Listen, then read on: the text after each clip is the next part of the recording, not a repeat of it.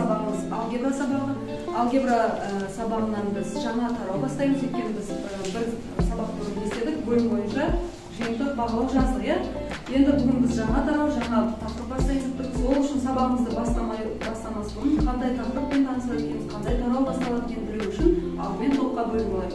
Алдымен сіздер мен жаққа жақындайсыздар да мына жерде тұрған топтардың суреттерді аласыздар. Сол суретке сәйкес топтарға бөлініп отырасыздар. Келіңіздер.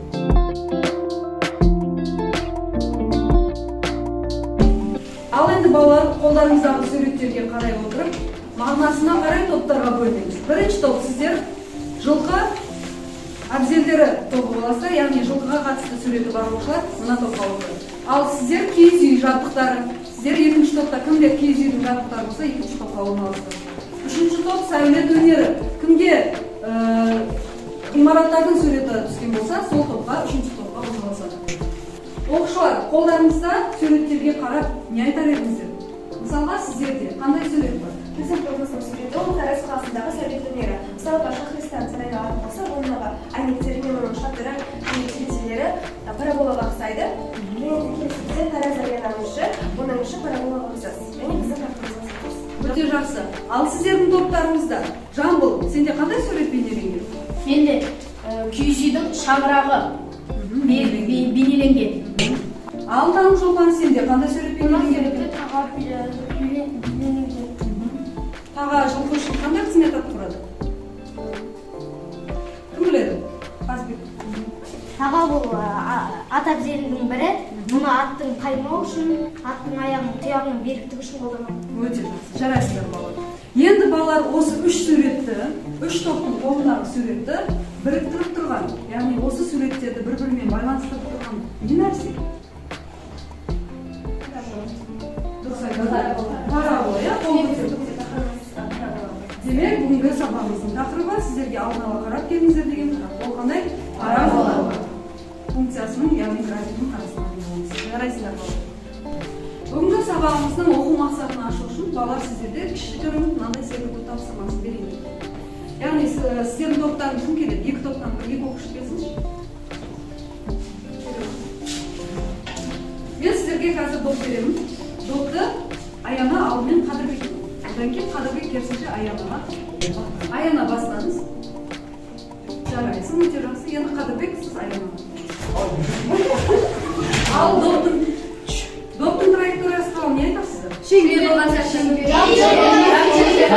Елімізге ұқсайды, жарты шеңберге ұқсайды, сондай порядктасыңыздар. Ал енді назар аударыңыздар тақтаға. Доптың траекториясына назар аударайық. Бізде неге келіп тұр?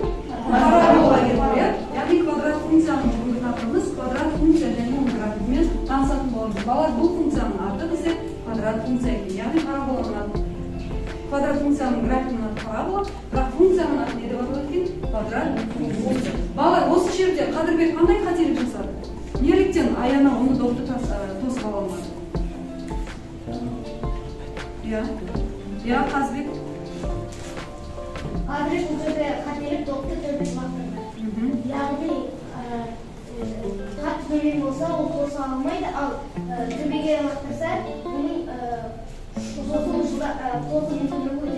ойыңыз өте құнды. Бұл енді қаншалықты Қадырбектің ойы дұрыс немесе бұрыс екенін сабақ соңында аяқтаймыз. Балалар, бүгін біз сабақта осы доптың траекториясын, яғни бақылайтын боламыз, зерттейтін боламыз. Осының функциясын қарастырып, қасиеттерін қарастырып, сабақтың соңында Қадырбектің қатесін анықтайтын боламыз. Келісіп бар? Олай болса іске сәт жұмысымызды бастаймыз. Ал балалар, сіздерге бүгінгі тақырып өте жеңіл болу үшін және әрі қызықты түсініп алуға жеңіл болу үшін келесі видеомыздан ішіндегі параметрлердің мұқият функциялары туралы мәліметтерге мұқият қараңыздар, жақсыма қойды. Жақсыма?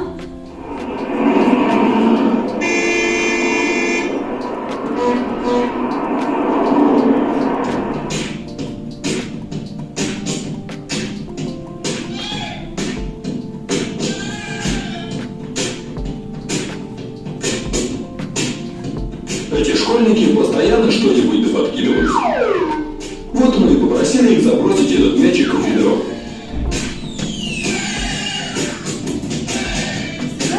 Все было бы так просто, если мяч летел бы по прямой. Но гравитация загибает траекторию к Земле по особой кривой. Это не окружность и не эллипс. Так что же это за линия такая и кто ее придумал? Попробуем построить график вот этой функции, зависящей от квадрата аргумента. Легко заметить, что кривая проходит через начало координат. Функция при нулевом значении аргумента также равна нулю. В точках 1 и минус 1 значения функции одинаковые, единица. Неужели график симметричен относительно оси ординат? Проверим это утверждение. Заполним таблицу значений при аргументах 0,5, 2 и 3 в положительной и отрицательной областях. Теперь соединим все точки кривой и получим дугу, параболу, симметричную относительно оси Y. Древнегреческий математик Аполлоний Пермский где-то за 200 лет до нашей эры, разрезав конус, линию среза назвал параболой, что в переводе с греческого значит приложение или притча, о чем математика написала в восьмитомнике «Конические сечения», и долгое время параболой называли лишь линию среза конуса, пока не появилась квадратичная функция. Рассмотрим эту функцию в общем виде, помножив на постоянный коэффициент А. Интересно, что при увеличении коэффициента график будет сжиматься, а при его уменьшении расширяться. Если коэффициент принимает отрицательное значение, то парабола переворачивается. Что же у нас в сухом остатке? Парабола проходит через начало координат, называемая также точкой перегиба. Она симметрична относительно оси ординат. При положительном коэффициенте А ветви параболы направлены вверх, при отрицательном – вниз. При увеличении коэффициента А ветви параболы прижимаются к оси ординат, при уменьшении – наоборот. Но при чем же здесь мечи и бедра? Оказывается, все, что мы бросим по другому горизонту, будет лететь по параболе, поскольку движение под действием гравитации подчиняется закону квадратичной функции. Форму параболы принимают также орбиты комет и космических кораблей. Английский математик и астроном Джеймс Грегори заметил, что если профиль зеркала сделать в виде параболы, все лучи отразятся параллельно. Так появился телескоп с рефлектором, а также параболические фары и антенны. А еще форму параболы принимает поверхность жидкости в сосудах при вращении.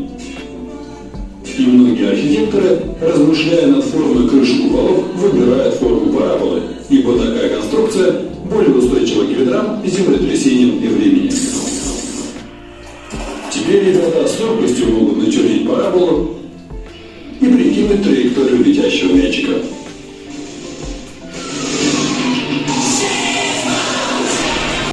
Ал балар осы бейнероликтен не түсіндіңіздер? Қандай мәліметтер алдыңыздар? Кім айтады? Жансая. Яғни бұл бейнероликте мен Y-тен AX квадрат функциясының парабола болатынын көрдім. Өте жақсы. Тағы кімде қандай ой бар? Яғни мен бұл бейнетаспада парабола туралы білдім. Парабола яғни ежелден бері келе жатқан әртүрлі сәулет өнерінде кездесетін болады. Және парабола өзінің жеке ол симметриялы және нүктелер арқылы орналасады. Мен бұл видеода, яғни оның графиктерін, яғни Y-тең AX квадрат функциясы функцияға тиесілі екенін түсіндім. Ендеше, яғни бұл маған үлкен пайдасын тигізе білді және мен бұл өмірде көріп жүрген сәулет өнерлердің қалай орналасатынын осы видеоролик арқылы білдім. Жақсы. Арман, қандай ой қосасың? Яғни мен осы видеороликті көру барысында парабола формуласында яғни ол X тең Y тең X квадрат. Және айта кетсем, бұл жерде X-тің алдындағы A мәні қаншалықты үлкен болып, A мәні үлкен болса, парабола бір-біріне сығылады, ал A мәні кішкентай болып, параболаның бір-бірінен алшақтауына мүмкіндік береді. Және де A мәні минус санды қабылдаған кезде бұл парабола кері қарай қарап төңкерілетін. Өте жақсы. Диас не ой қосасың? Параболаны, яғни ежелгі грек ғалымы ойлап тапқан болатын, яғни ол ең алдымен конус тәрізді пішінді дәл қақ ортасынан бөлген кезде сол бір фигураның ізі қалған болатын, яғни соны парабола деп атап кеткен. Өте жақсы, өте құнды. Өте жақсы, ойларыңыз өте құнды болды балалар. Демек, бізді қоршаған әлемде осыншалықты қызмет атқаратын, бізді ерекшелеп өзіне баурап алатын қасиеттерге осындай ғимаратты көз тартарлықтай ғимараттарға ие қасиеттерге ие болған болса, біз балалар y тең a x минус n квадраты, y тең ax квадрат плюс n және де y тең a x минус m плюс n функцияларының графиктерімен, түріндегі функциялардың графиктері және қасиеттерімен істейміз, таныс болмамыз. Олай болса, балалар, назар аударыңыздар, мен қазір тақтада геогебра деген алгебрада бір жақсы бағдарлама бар.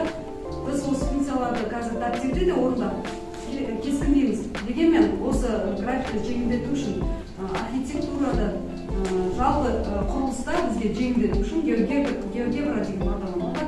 Сол бағдарлама арқылы бұл функцияның графигін жеңіл сызуға болады екен. Мен сіздерге қазір сілтеме жіберемін. Алгебрада жақсы бағдарлама бар, геогебра деген бұл функцияның квадрат функцияның графигін жеңіл сызуға, кескіндеуге мүмкіндік береді. Мен сіздерге қазір осыны қолды көз жеткізу үшін сілтемесін жібердім. Чаттарыңызға кіріп сілтемеге басыңыздар. Сол жерде мынандай сияқты сызғыш тұрады. Линейка дейміз, иә? Енді ашты ма? Сол линейканы оңға қарай, яғни оң сандарға қарай жылжытқан кезде қандай өзгеріс байқадыңыздар? А-ның мәніне байланысты А нүктесінде линейка көрдіңіздер ма? Енді соны сол бағытта өзгерткен кезде қандай өзгеріс байқадыңыздар? Көрме ма сіздерге?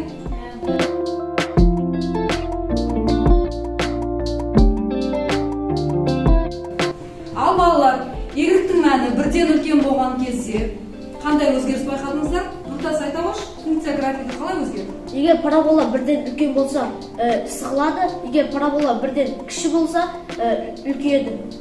Созылады, иә? Нұрлыбек, егер А мәніне минус таңбасын беретін болсақ, параболамыз төңкеріледі.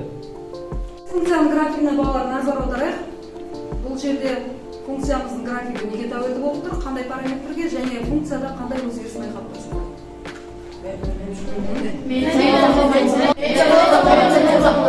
Асылай айта қойшы. Яғни бұл жерде функция n мәнінде тәуелді болып тұр. Және де n мәні оң сан болса, ол жоғары қарай көтеріледі, ал теріс сан болса, ол төмен қарай түседі. Өте жақсы, жарайсың. Келесі кезекте балалар осы алған білімдерімізді практикада ұштастыруымыз қажет. Ол үшін мен сіздерге практикалық тапсырмалар ұсынамын. Алдымен бағалау процесі туралы айтып кетейін. Балалар, тақтада не көріп тұрмыз? Бүгін біз астрономияға саяхат жасаймыз, яғни жұлдыздар әлеміне. Қолдарыңызға бағалау парағын ұсындым. Барын көрсетейікші. Бұл жерде жет қарақшының бейнеленген, иә, жет қарақшы. Әр тапсырма бізде темек сабақта 7 тапсырма болады. Әр тапсырманы орындаған кезде біз дұрыс орындасақ не істейміз? Қолдарымызда жұлдызша ұсынылды, иә? Жұлдызша жабыстырып бара береміз. Егер кімде тапсырмада, қай тапсырмада олқылық болса, мен сол жұлдызшаның осы ұяшыққа қарай байқайтын боламын. Жақсы ма? Ұмытып кетпейміз, өзімізді бағалап отырамыз, иә? Топ басшысы сіз назарға алып отырасыз. Өте жақсы. Ал балалар, ал мен сіздерге бүгінгі тақырыптың теориясына байланысты бір есепті тапсырманы мен өзім шығарып көрсетемін. Бүгін жаңа сабақ көрсетемін. Енді жаңағы барлық теориямызды практикада қолдануымыз керек, ұштастыруымыз керек. Алдымен бір есепті мен көрсетемін, қалай орындалуын ретін. Ал ары қарай сіздер тура сондай, сол мәтіндегі есепті сіздер не істейсіздер, ары қарай өздеріңіз орындайсыздар. Кім оқиды есеп шартын? Тегім y тең x квадрат функциясы. Өзі төмендегі қасиеткен немін. Асы, OX өсінің бойымен 2 бірлікке оңға. Демек, OX өсімен 2 бірлік оңға. Бізде дайын тұрған y тең x квадрат, бұл бізде дербес функция, дербес жағдайда. Енді бұны біз 2 бірлік оңға жылжытсақ, қараңыздар балалар. 2 бірлік OX өсімен оңға жылжыттым. Ары қарай екінші жан сайын?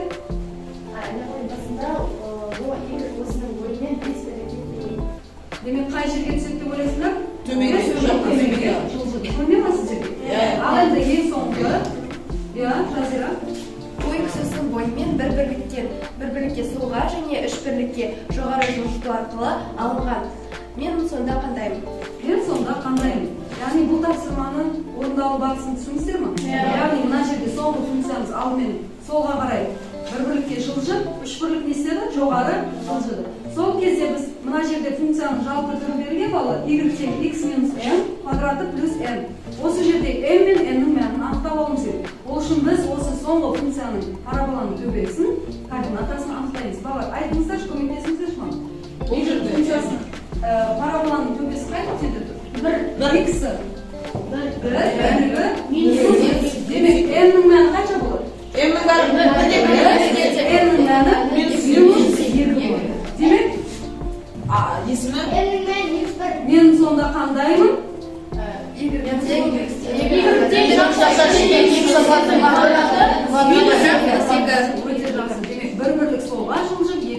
төмен түскенін білдіреді екен. Тапсырма түсінікті ме? Қазір сіздерге ұсынатын тапсырма дәл осы сынды болады. Әр топтың есебі тапсырмасы әртүрлі. Ал олай болса, бірінші топ сіздерге мына А4 форматта пара ұсынам, осы жерге кескін. Шаблон. Шаблон деп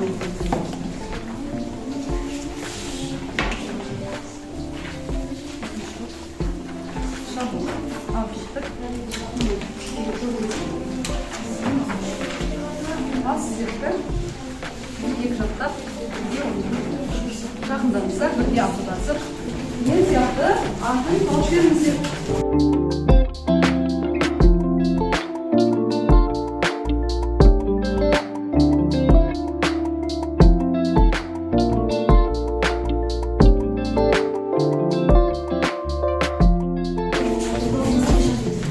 Жарайсыңдар, бірінші топ аяқтапты. Тағы кім аяқтады? Келіп тақтаға қорғай беріңдер, тақтаға. Екінші болып біткен бізде екінші топ екен. Жарайсыңдар балалар, келіп тақтаға қорғай тұрушылар. Уақыт болды балалар. Үшінші болып аяқтаған бізде үшінші топ. Жарайсыздар. Балалар, мұқият қараймыз қалған топтар. Бірінші топтың жұмысын бағалап отырасыздар, назар аударып тыңдайық. Біз сыныптар бойынша тапсырманы орындадық.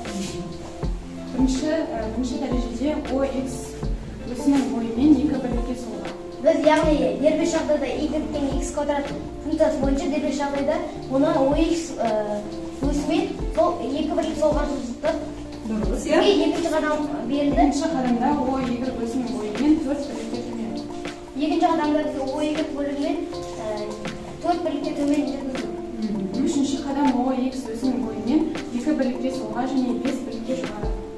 Одан кейінгі қадам бізге 2 бірлікке солға және де 5 бірлікке жоғары. Бізге берілген бойынша бұл жерде m-4 n1 болды. Яғни бұл жердегі функция y тең x плюс 4 квадраты плюс 1 болды. Өте жақсы, топтың жұмысын бағалап қойып. Үш жауаппен сарындайық, сәйкестендірейік. Назар аударыңыздар. 2 бірлік солға жылжыған дұрыс па? Ары қарай екінші қадам дұрыс па? 4 бірлік төмен түскен. Одан кейін солға 2 бірлік жылжып бар, 5 бірлік жоғары. Дәл келіп тұр. Функцияның аты қалай еткен сонда? Дәл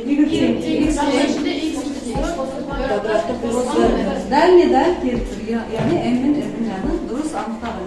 Өте жақсы. Отыра ойыңыздар. Бірінші топ қошемет. Екінші топқа келейік. Қалған топтар мұқият қараңыздар, қателіктер болса қараймыз. Біз дискриптор бойынша үш кезеңге орындап шықтық. Яғни Бірінші кезең OX өзінің бойымен екі бірлікке оңға. яғни бізде теріс сан болғандықтан, амыл мән теріс сан болғандықтан бізде төңкеріліп басталады. Яғни астында бізде OX өзінің бойымен екі бірлікке оңға жылжыған.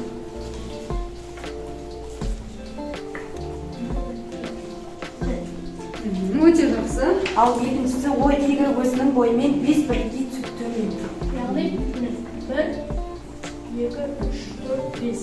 Өте жақсы. Ал үшіншісі OX өзінің бойымен 1 бірлікке солға және 3 бірлікке жоғары жылжыту арқылы алынған. Яғни 3 бірлікке солға және де 1 бірлікке солға және 3 бірлікке жоғары жылжыған. Соның нәтижесінде бізде m төбесі 1-ге, n төбесі -2-ге тең болды. Ал функцияның мәні y тең жақша ішінде x минус 1-ның квадраты жақсы сыртында -2. Ал екінші топтың тапсырмасында, жауабында қателік бар ма? Назар аударыңыздар. Мен айтсам болады ма? Қадырбек, айта қойшы. Келіп жазып көрсетсең болады, иә? Мұнда m-нің мәні 1-ге, n-нің мәні -2-ге тең болған. Мұнда формуладан бір қателік кеткен. Жақшаның сыртында квадрат жазылмаған. Мұны жалпы түрі бізде x минус n квадраты минус n болды. Қатемізді түсіндік ба? Демек екінші топ үрпай аз баға алды. Жақсы. Жалпы үрпай бізде 2 балл еді, біз сіздер 1 баллды. Жақсы, қошемет білдік қой. Үшінші топ. Біз тобызбен дискриптивға сай жұмыс жасады. Ең алдымен OX өзінің бойымен 3 бірлікке солға. Жақсы. Келесі OY өзінің бойымен 4 бірлікке жоғары. Өте жақсы. OX өзінің бойымен 2 бірлікке солға және 5 бірлікке төмен жылжыту арқылы алынған. Мен сонда қандаймын? яғни бұл жерде біз m-ді 5 деп алдық, ал n-ді 1 деп алдық. Сондағы жауабы яғни y тең жақша ішінде x плюс 5 квадрат плюс 1-ге тең болды. Осы жерде қандай қателік бар? Топ мүшелерінде бар ма? Түзетеді. Насыл айтық?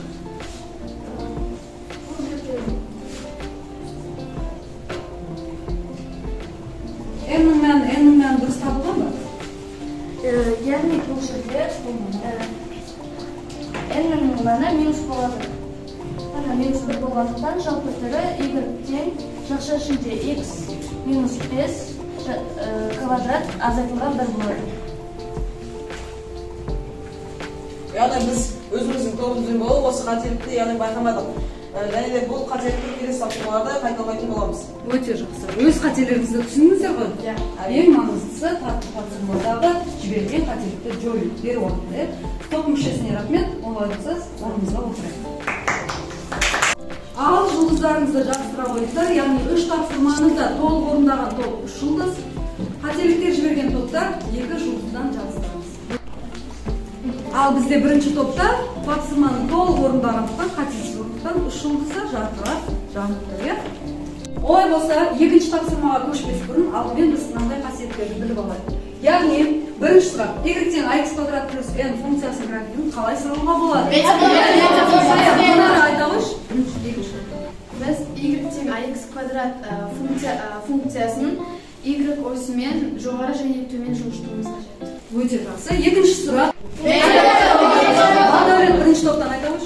y тең ax квадрат функциясының графигін ox осымен оңға және солға қарай жылжыту арқылы алынады. Өте жақсы, жарайсыңдар балалар. Олай болса келесі тапсырмаға көшеміз. Келесі тапсырма ойлан жоқтас бөліс әдісі арқылы болып жүзеге асады. Яғни парабола төбесін координаталар жазған, оның тармақтарын бағытын көрсетіп, берілген функцияның графигін салу керек. Балалар қолдарыңызға мен жазып тапсырманы ұсынамын. Әр топқа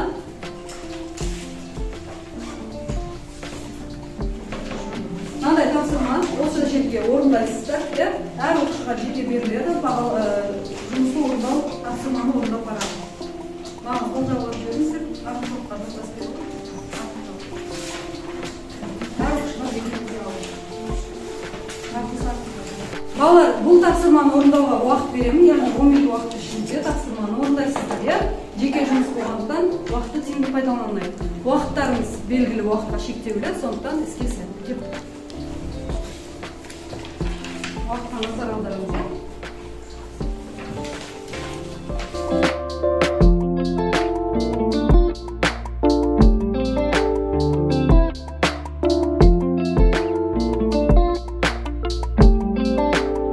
Балалар, уақыт бітті. Бірінші болып аяқтаған 3-ші топ, 2-ші топ, ал жұмысты 3-ші болып аяқтаған бізде 1-ші топ. Өте жақсы болады. Олай болса, жұптасып бір-бірлеріңді бағалайтын болса, яғни біріңді бағалау жүзеге асады. Дискриптор бойынша бір-бірлеріңізді бағалайтын. Кім бағалайды? 2-ші топ, бірінші болып бізде аяқтаған 3-ші топ. Ал Жансая, сіз кімді бағалайсыз? Мен жамбылды бағалайтын болсам, дискриптор бойынша парабола төбесінің координатасын дұрыс жазған, парабола тармақтарының бағытын дұрыс көрсеткен, яғни y тең x квадрат функциясының графигін пайдаланып, графиктерді түрлендіруді дұрыс орындай алмаған. Сол 3-ші бағытта бізде қателескен. Жамбылға көмектестіңіздер ме, Динара? Қателесін жойды ма? Дархан, Жамбыл, сіз кімнің жұмысын тексердіңіз? Мен Динараның жұмысын айта кетсем, парабола төбесінің координатасын тапқан және де оның тармақтарын бағыттап көрсеткен, берілген функциялардың графигін белгілеген. Түсіндіріңіз? Бұл жерде Арман парабола төбесінің координатасын жазған және де парабола тармақтарының бағытын көрсете білген. Сонымен қатар y тең x квадрат функциясының графигін пайдаланып, графиктерді түрлендіруді орындаған. Өте жақсы. Ал Арман, сіз Асылайдың жұмысын тексердіңіз? Асылайдың жұмысында парабола төбесінің координаталарын дұрыс тапқан, оның тармақтарын бағытын дұрыс көрсеткен және де берілген функциялардың графигін дұрыс салған. Яғни айта кетсем ешқандай қателік жоқ. Өте жақсы. Жарайсыңдар, өте жақсы. Бірінші топ сіздерден кімді? Аяғын бағалай келсең, парабола төбесінің координатасын дұрыс тапқан, парабола тармақтарының бағытынан көрсеткенде қателіктер болған. y тең x квадрат функциясының графигін пайдаланып түрлендіруді дұрыс орындау. Яғни тармақтарын төмен қаратып қойдық па? Иә, негізі жоғары. Аяна қателік түсіндіңіз ғой, ненің мәніне тәуелді екен? Аның мәніне тәуелді екен. Жақсы. Аяна, сіз кімнің жұмысын? Атабекті бағалай кетсем, ол парабол төбесінің координатасын жазып дұрыс жасаған, парабол тармақтарын бағытын көрсете білген, y-тен x квадрат функциясының графигін пайдаланып графиктерді дұрыс жасаған. Демек, дескриптор бойынша барлық шартты орындап тұр, барлық қадам орындалып тұр. Демек, Бағдәулеттің жұмысын оң бағалап отырсыз. Олай болса, балалар тапсырмалар бойынша қателіктер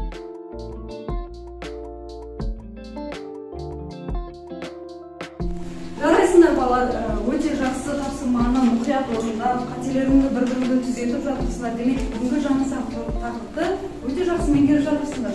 Енді тағы да мен қателескен мұғалім әдісі арқылы сіздердің білімдеріңізді одан әрі пысықтағым келіп тұр. Олай болса, тапсырмаға назар аударыңыздар, берілген функцияның нөлдерін жатады, дескриптор бойынша парабола тармақтарының ойын соғысы мен қиылысу нүктелерін анықтайды. Осы екі бағыт бойынша, яғни екі шарт орындаған жағдайда бұл тапсырма толық деп есептеледі. Олай болса, тапсырманы қазір сіздерге ұсынамын. Алдарыңызда парақшаларға да ұсынайын. Тақтаға шығатын оқушыларды топтан сайлап отырыңыздар. Мен ол жерде баспалдағы әдісі арқылы сіздерден қай топтан кім шығатынын мен анықтайтын боламын. Жарай ма? Тапсырма ұсынылды. Яғни мен бұл жерде қате жауаптарды ұсынып тұрмын. Сіздер сол жердегі дұрыс жауапты ұсынасыздар. Ал тақтаға кім орындайтынын анықтау үшін баспалдағы әдісімен сіздерді қай топтан қай оқушы шығатынын мен анықтайтын боламын. Мен тақтаға сіздерге қарамай тұрып оқушыны таңдаймын. Бірінші топтан екінші баспалдақ, үшінші топтан бірінші баспалдақ, екінші топтан екінші баспалдақ шықсын. Оқушылар, енді соңғы тапсырманы орындау барысында өте мұқият болыңыздар, тақтамен жұмыс жасаймыз. Егер балалар есептің шартына сәйкес сөйлеп, түсіндіру жолымен көрсететін болса, комментті басамыз. Яғни бұл оқушы тобына түгел 3 балл қояды, 3 жұлдыз жинап береді. Ал егер мен тек қана шығарумен шектелемін, түсіндіруді қаламаймын десеңіздер, no комментті басасыздар. Ал егер есепке шығып, қателіктер жіберіп, немесе өзіңізге сенімсіз болсаңыздар, топтан көмек сұрауға болады. Help арқылы. Түсінікті ғой? Олай болса, мен жаңағы таңдаған оқушылар топтарға шыға қойсын. Коммент. Арт тақпаға диаз бара ғой.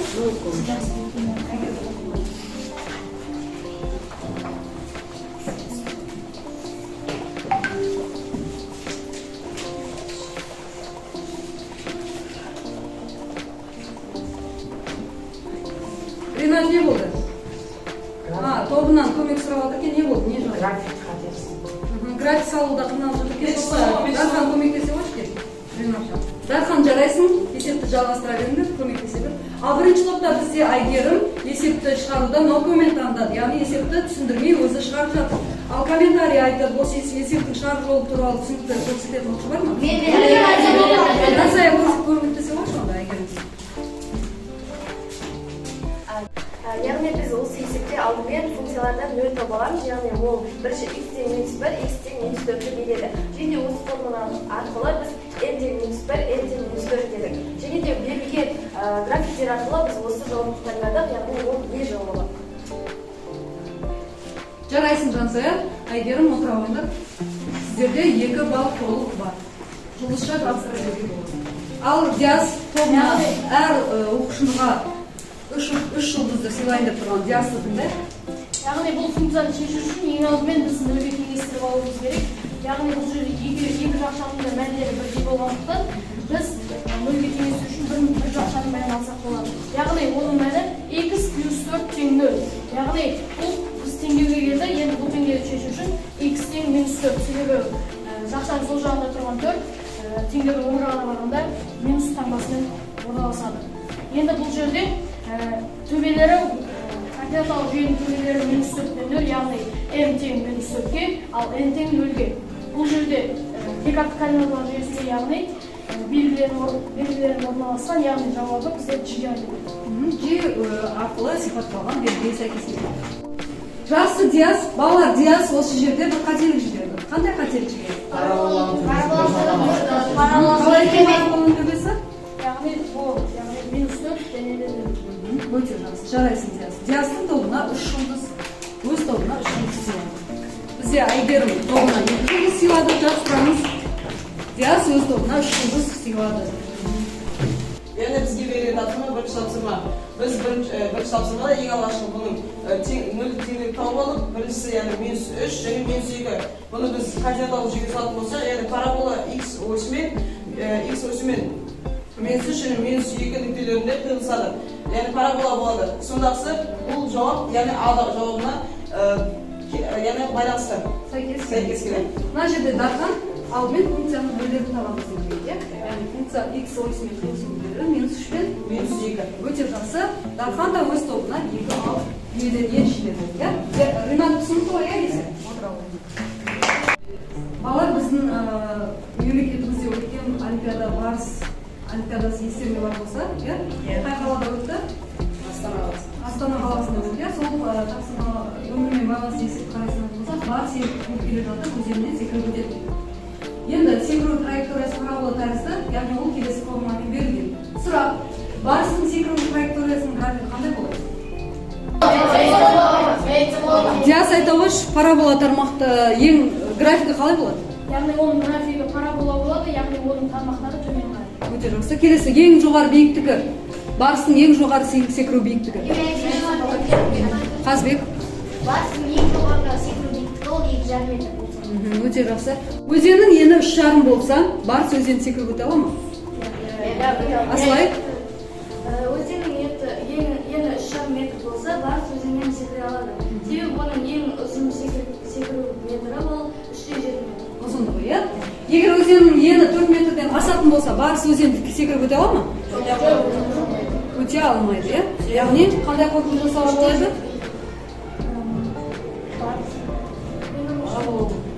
Өзеннің ені ұлғайған сайын барыс оны секіре өте алмайды. Жақсы балалар. Ал енді оқушылар бүгінгі сабақты қорытындылау үшін, білімдеріңді пысықтау үшін, яғни бүгінгі сабақта не үйрендік, қандай тақырыптарды меңгердік, қандай сұрақтарды білдік деген сұрақтарға жауап берген сіздердің білімдеріңізді бағалау үшін келесі объектив тапсырмасын Quizzer бағдарламасы арқылы алынатын тест тапсырмасын ұсынамын. Сіздерге сілтеме жіберді, сілтеме бойынша кіріңіздер.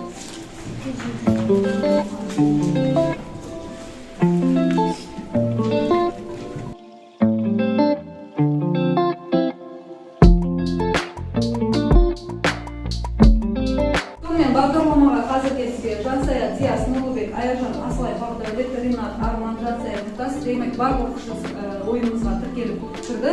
Демек ойынымызды бастаймыз. Іске сәт беріңіз балалар.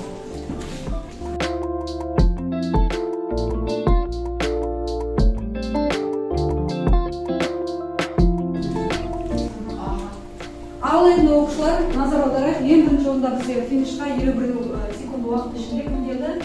Арман жетемізде Қазбек, Диас. Жарайсыңдар, бұл бағдарлама сіздерге ұнады ма? Бұл бағдарламада сіздерге қандай тапсырмалар кездесті? Қиындық туындатқан тапсырмалар. Сізде мысалға Жамбыл ең соңғы келісіз, сізде қандай қиындық туындады? Мен берілген көп мүшелердің қайсысы квадрат 3 мүше болады деген сұрақтан қателестім.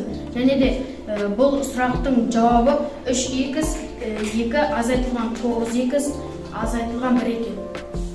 Өз қатеңізді таптыңыз ғой, демек қатемен жұмыс жасау керек. Диас, сен үнемі топты алға бастап жүретінсің. Таушынына шығуда сенде қай тапсырма қателік болды? Яғни менде x квадрат минус 9x плюс 8 квадрат 3 үшін көбейткіштегі жікте деген тапсырма қате болды. Яғни бұл жерде мен таңбадан қателестім. Өз қатеңізді түсіндіңіз ғой, демек қатеңізбен жұмыс жасадық, өте жақсы балалар. Ал балалар енді өзіміз бағалап білген болсақ, барлық тапсырма аяқталды. Олай болса бағалауларын жоғары көтереміз. Мен оқушылардың қаншалықты тапсырмаларды дұрыс орындағанын байқайтын боламын. Мына топта Динара, сенде неліктен 6 жұлдыз болып тұр? Жалпы 7 жұлдыз жет қарақшы деген сіз басында, иә? Неліктен? Мен 3-ші тапсырмада функцияның графигін судан қателестім. Өте жақсы. Демек сіз функцияның графигін келесі тапсырмалар орындау барысында, яғни 5-6 тапсырмалар орындаған кезде жұлдыздарыңыз бар. Демек сіз өз қателігіңізді түзеттіңіз, иә? Жақсы. Так, мына топта бізде сіздерге назар аударсам, Бағдәулетте бір жұлдыз келмеген. Қандай олқылық жібердіңіз? Мен жеке жұмыста параболаның төбесін анықтауда қателестім. Яғни төбесін анықтау формуласында қателестім. Енді түсініп қояйық, келесі тапсырмаларда орындадық қой. Қатемізді жойдық па? Өте жақсы. Жарайсыңдар балалар, олай болса бүгінгі сабақта басым бөлігі оқушылар тапсырманы толық орындап шықты деген ойдамын. Яғни сіздердің жарыстырған 7 қарақшы жұлдызына қарай тапсырманы орындап, қай жерде олқылық жібергендеріңізді барлық тапсырмаларда, қай тапсырмада жұмыс жасау керек екенін, қай келесі сабақта қай тапсырмаға толығырақ тағы да есеп алып келу керек екендерін біліп алдым кері байланыс сөзімен. Олай болса осы 7 қарақшы біздің 7 деген киелі сан жалпы қазақ халқына қандай мағыналарға немесе қай жерлерде қолданылады? 7 қазына. 7-ге.